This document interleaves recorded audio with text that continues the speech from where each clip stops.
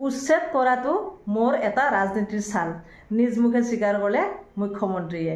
নমস্কাৰ সকলোকে, মোৰ অন্যটি নতুন ভিডিঅ'লৈ আপোনালোকক স্বাগতম জনাইছোঁ। আশা কৰোঁ আপোনালোক সকলোৱে ভালে আছে। ৰাইজেও সেইটোৱে ভাবিছিল যে উচ্ছেদ যে কৰিছে নিশ্চয় ইয়াত কিবা এটা কাৰণ আছে।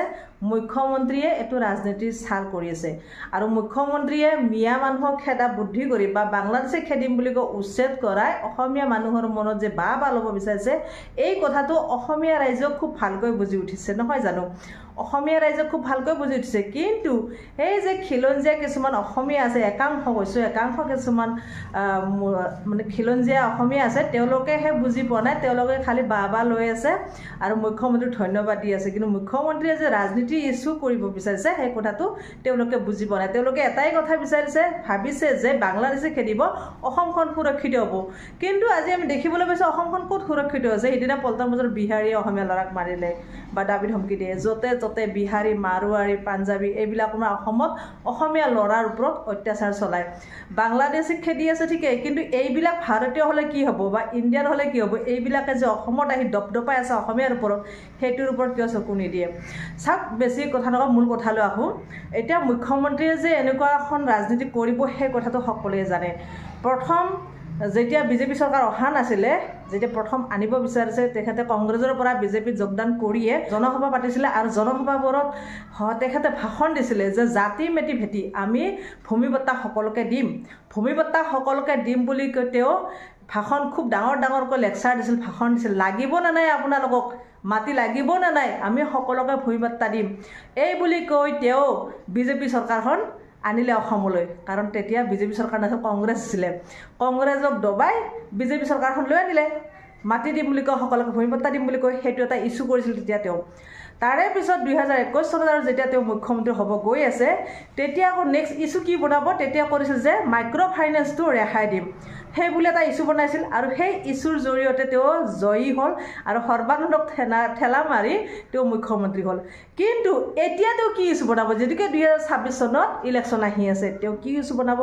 একো ইছ্যু পোৱা নাই। ইপিনে জনপ্ৰিয়তা বাঢ়ি গৈছে গৌৰৱ গগৈৰ, মই কৈয়ে আছোঁ প্ৰতিটো ভিডিঅ'ত। সেয়েহে গৌৰৱ গগৈক তল পেলাবলৈ তেওঁ ইছ্যু বনাব বিচাৰিছে যে ৰাজনীতিৰ চাল হিচাপে মানে উচ্ছেদ বেলেগো নকৰে, খালি বিদেশী বাংলাদেশী অসমত বহুত আছে, বাংলাদেশী খেদিব বিচাৰিছে। এতিয়া অসমৰ ৰাইজৰ মনলৈ এনেকুৱা এটা ভাৱ হৈছে, মিয়া নহ'লে কি হিমন্ত বিশ্ব শৰ্মাই ৰাজনীতি কৰিব নোৱাৰে নেকি? বা মুছলমান নহ'লে কি হিমন্ত বিশ্ব শৰ্মাই ৰাজনীতি কৰিব নোৱাৰে নেকি?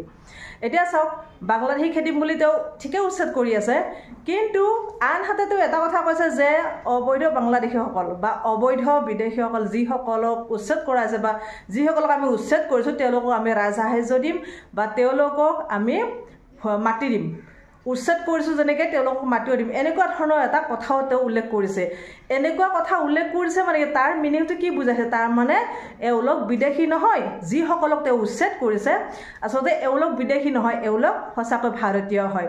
কিন্তু তেওঁ এই ভাৰতীয় বুলি ডাইৰেক্ট ক'ব পৰা নাই, কাৰণ অসমৰ জনসাধাৰণ বা উজনি অসমৰ যিখিনি খিলঞ্জীয়া অসমীয়া আছে তেওঁলোকে যাতে বেয়া নাপায়, সেইকাৰণে তেওঁলোকৰ মনটো ভাল লগাবলৈ কৈ আছে যে বিদেশী খেদিম, অবৈধ বাংলাদেশী খেদিম, মুছলমান খেদিম, এনেকুৱা টাইপৰ কথা কিছুমান শুনি আছোঁ। বা অবৈধ বাংলাদেশী বুলি এনেকুৱা টাইপৰ কথা তেওঁ কয়, বিদেশী খেদিম বুলি কয়। আৰু সেইকাৰণে খিলঞ্জীয়া অসমীয়াখিনি ভাল পাই আছে। কিন্তু ইপিনে খেদিছে, তেওঁ একোতো খেদিব পৰা নাই, এজনকো খেদিব পৰা নাই, কাৰণ সকলোৱে ভাৰতীয়, কেনেকৈ খেদিব পৰা নাই। উচ্ছেদ ঠিকে কৰিছে, চৰকাৰী মাটিত উচ্ছেদ চলিবই, কৰিছে। কিন্তু তেওঁ আনফালে কৈছে যে ৰাজসাহায্য দিম, উচ্ছেদকাৰীসকলক ৰাজসাহায্য দিম আৰু ভূমি বঁটা দিম, এই টাইপৰ কথা বা মাটি দিম বুলি কৈছে। যিহেতুকে এইখিনি কথা আজি সত্যব্ৰত কলিতাই কোৱা শুনিছোঁ, যিহেতুকে বিজেপি আৰু অগপৰ মিত্ৰতা চলি আছে, ইমান বছৰ মিত্ৰতা হৈ আছে, কিন্তু আজি কেইদিনমানৰ পৰা দেখি আছোঁ দুয়োটা দলৰ মাজত বিসম্বাদৰ সৃষ্টি হৈছে।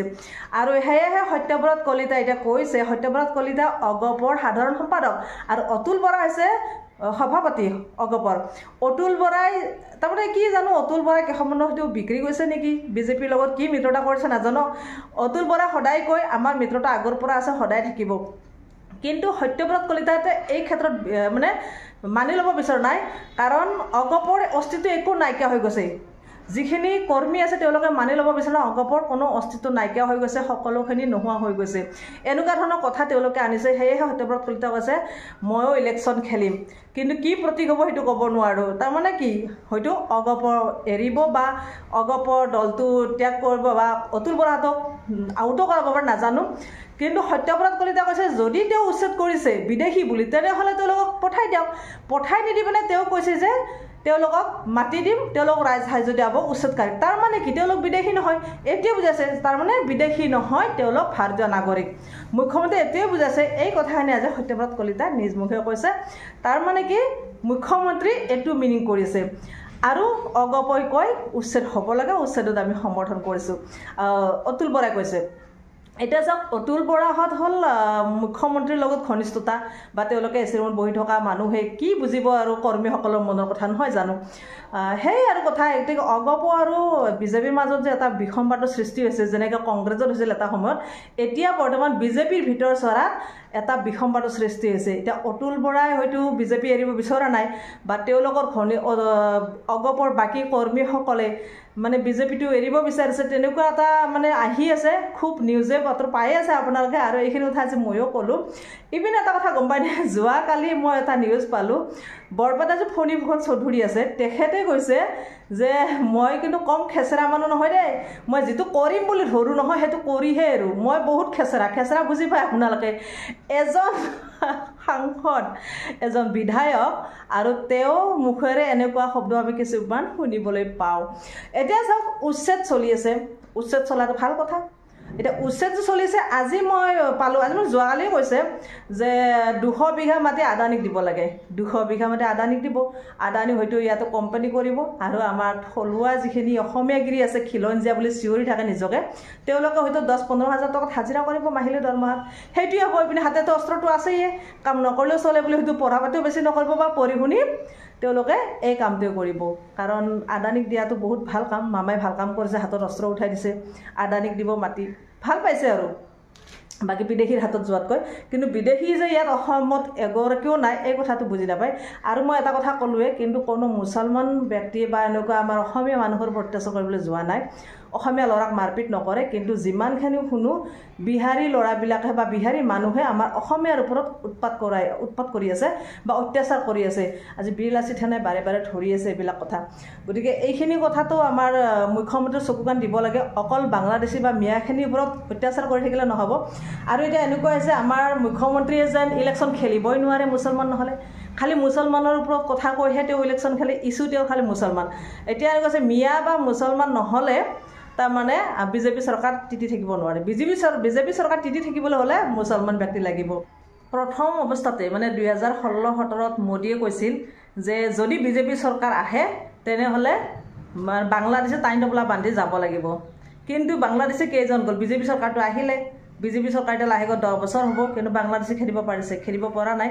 আচলতে এইখন চৰকাৰে খালি ভুৱা প্ৰতিশ্ৰুতি বা মিছা প্ৰতিশ্ৰুতিহে দিব পাৰে, কোনো এটা ভালকৈ কাম কৰিব নোৱাৰে। কাৰণ বিদেশী নাই, ক'ৰ পৰা খেলিব, তেওঁলোকে মুখেৰেহে কয় বিদেশী, তেওঁলোকে বিদেশী খেলিব নোৱাৰে। আৰু সেইকাৰণে কৈ লাভ নাই। মাটি দিলে, ভূমি বাৰ্তাৰ কথা কৈছিল, সকলোকে মাটি দিব, সকলোকে ভূমি দিব, কিন্তু দিলেই জাতি ৰক্ষা কৰিলে আজি 6 নম্বৰ দফা বোলে এইবিলাক কৰিব পৰা নাই। গতিকে এইবিলাক কি কৰিলে, আৰু উল্টাকৈ কাখন আমাক জাপি দিলে অসমীয়াৰ মূৰত।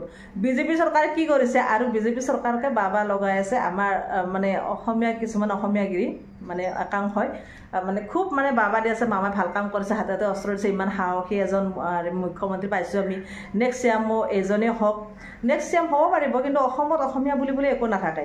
অসমৰ মাটি প্ৰায় শেষ, বাগানবিলাক শেষ, মাটি শেষ। আৰু যদি 10 বছৰ যদি এখেতে চিএম হৈ থাকে তেনেহ'লে অসম বুলিবলৈ একো নাথাকিব।